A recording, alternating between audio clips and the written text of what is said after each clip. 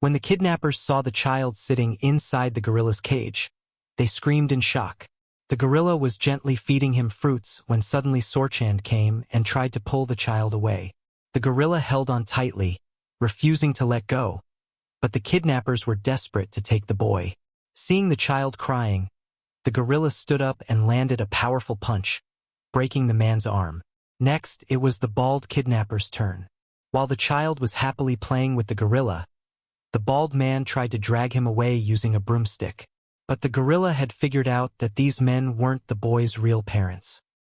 He gently set the child down, then leaped on the stick with all his weight, knocking the bald man out cold.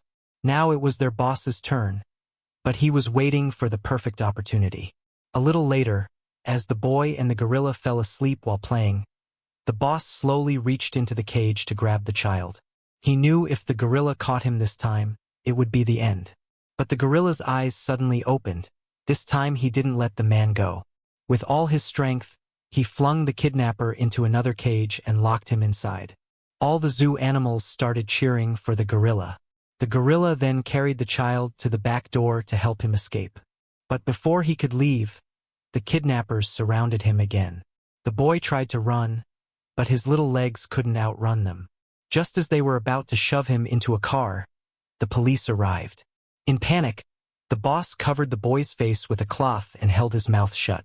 During questioning, the clever child secretly took a lighter from the man's pocket and set fire to his basement hideout.